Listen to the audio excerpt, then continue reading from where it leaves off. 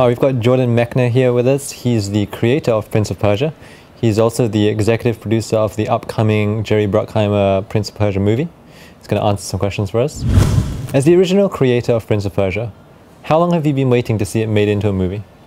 Is the finished product what you've always envisioned?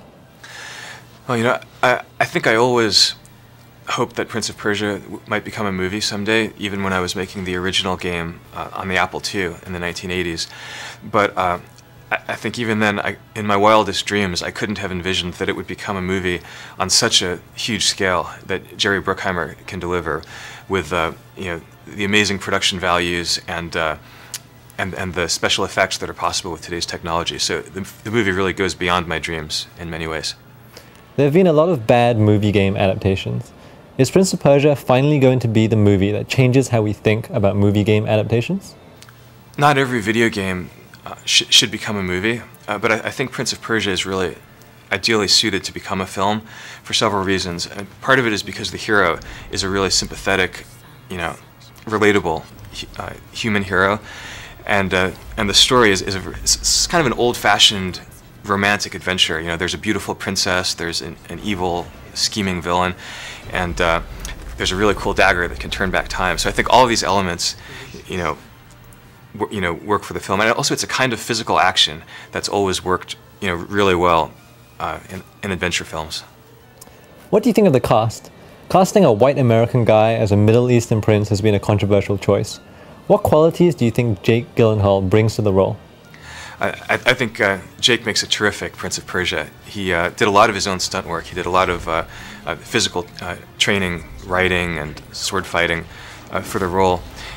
And more importantly, he's a very good actor. And I think he brings to the role a lot of the qualities, like a certain kind of intelligence and a mischievous quality and a vulnerability that, for me, are really key to the kind of hero that the Prince of Persia has always been. He's not just a warrior. So I think Jake did a terrific job. How have the platforming and wall running sequences that are so iconic to the game been included in the movie without seeming gimmicky?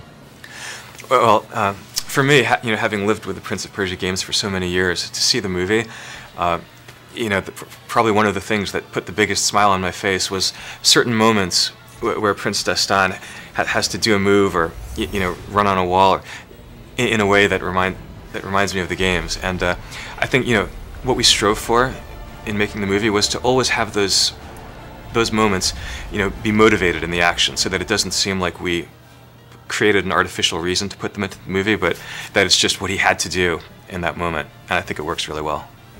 How much did you contribute to the movie? I think my main contribution to the movie was adapting the game into a movie story and writing the first few drafts of the screenplay.